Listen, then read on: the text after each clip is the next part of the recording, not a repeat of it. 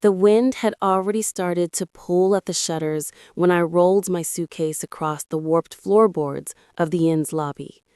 The place smelled faintly of cedar polish and salt. Behind the desk, she was already working, hammering nails into plywood boards stacked taller than she was. She glanced at me, sweat at her temple catching the dim light of the emergency lantern. "You're late for the last chopper," she said. "I'm not leaving," I answered, setting down my weather kit. My whole purpose was to transmit one last advisory. People needed data, wave height, barometric drop. My throat was dry, but her gaze steadied me.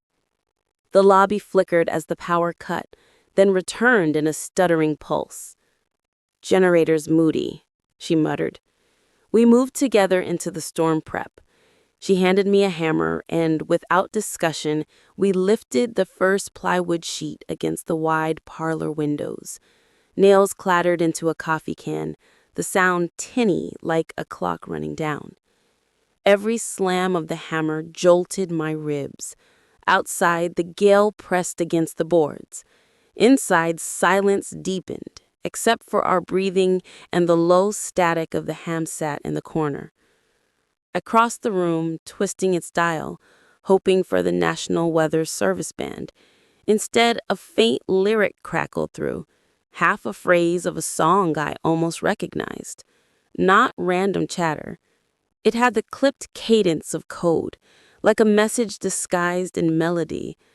I froze. She noticed. "What did you hear?" "A song, except it wasn't whole. Just 3 words. Too neat to be chance." I wrote them down on the back of a boarding checklist. My fingers smudged the ink. First clue, though I couldn't yet name what it meant. We carried sandbags down the hall, boots thudding against tile. The air smelled damp, tinged with oil from the lamps she'd lit. Sweat dripped into my eyes, stinging. Each bag we set down became a wall against the sea, but also a strange rhythm between us, unspoken, necessary, almost intimate. When thunder cracked so hard the windows trembled in their frames, she laughed, short and nervous.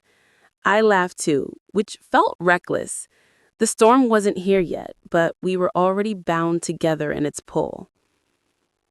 In a rare, quiet pocket, she pushed stray hair from her forehead, breath visible in the dim chill. "You could have flown out," she said, softly. "So could you." For a moment, silence sat heavy between us, filled only by the hum of failing lights. Then we lifted the next board, side by side, as the end's bones shook. By morning, clouds pressed low like bruises against the horizon. Guests, 5 families plus an old couple, clustered in the dining hall. She stood on a chair, barking cheerful orders. I found myself beside her, handing out flashlights, rationing batteries. We were a team now, whether anyone approved or not. The public eye of it burned. I caught a woman watching us, whispering to her husband. Did we look too close? Her hand brushed mine when she took a clipboard, and the whisperers leaned together more tightly. I forced my focus back to the supplies, but warmth flared in my chest. Halfway up the stairwell, lugging extra blankets, the scent hit me. Ash, not fireplace ash. The hearth had been cold for days. No guests smoked, the building was sealed. Still, the unmistakable sting of burnt wood drifted past, sharp in my nose, gone as quick as it came. I stopped, hand on the banister.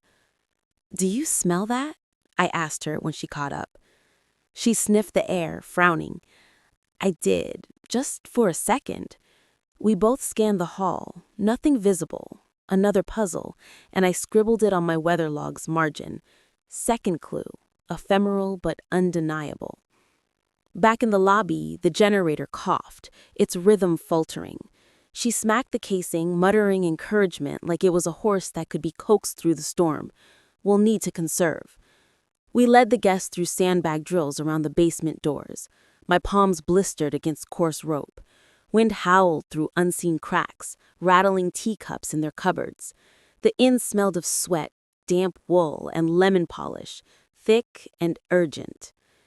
At one point, she caught my sleeve, steadying me as a bag slipped from my grip. Her face was inches from mine. A flash of attraction pulsed like lightning, but the guests were right there, watching, measuring. I felt the judgment in their silence. Landfall, 6 hours, I noted, hearing it in the radio man's flat voice before the static cut out again. 6 hours to reinforce, to survive, to answer what these strange signals wanted from us.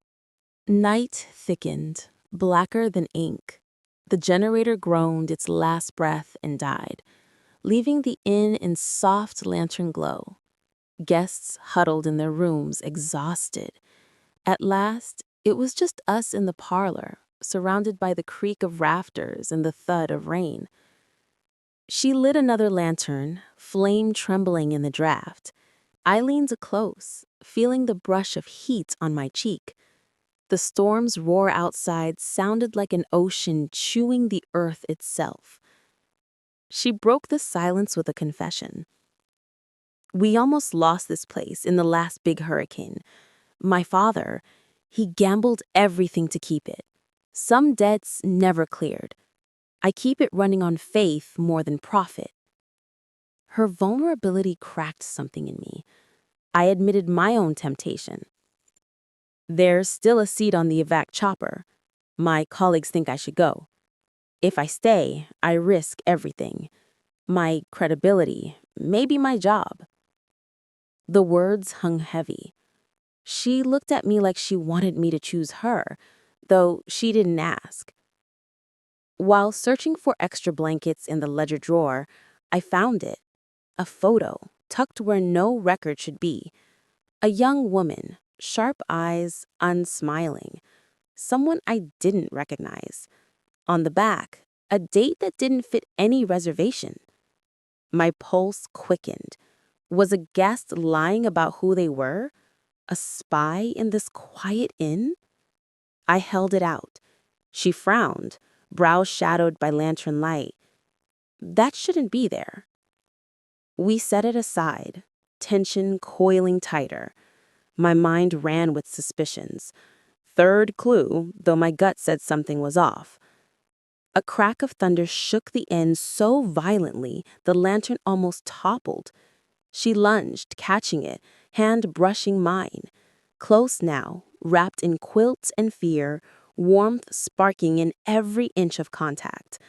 I wanted to lean in, to taste the risk of her lips, but the thought of tomorrow stopped me cold. Time slipped again. I realized the storm's core was nearly overhead, hours lost in this private rupture. My log showed only 3 hours to landfall. The storm's teeth bared in full, shutters bowed inward, nails shrieking. Rain forced itself through cracks, dripping into bowls we set out across the parlor floor.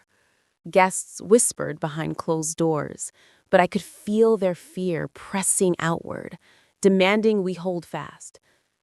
She and I shouldered a beam together, reinforcing the lobby window as wind howled.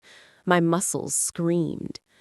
The ham radio sputtered to life again, static, then the same fragmented lyric. This time I caught the distortion behind it, a faint shift in tone.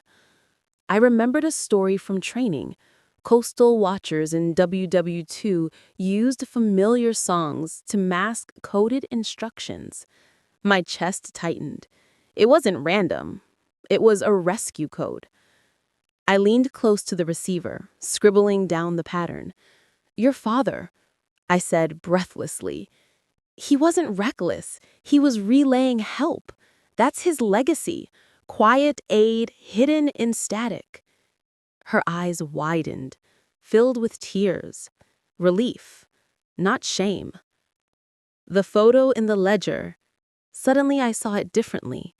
In the morning light, one of the nervous guests admitted she had tucked it in by mistake, afraid of losing her grandmother's keepsake in the chaos. No deception, no spy, just human clumsiness. The red herring dissolved like mist. We rallied the guests, moving them to the center hall as the walls shuddered. She barked instructions, voice clear as thunder. I held lanterns high, guiding children past leaking plaster.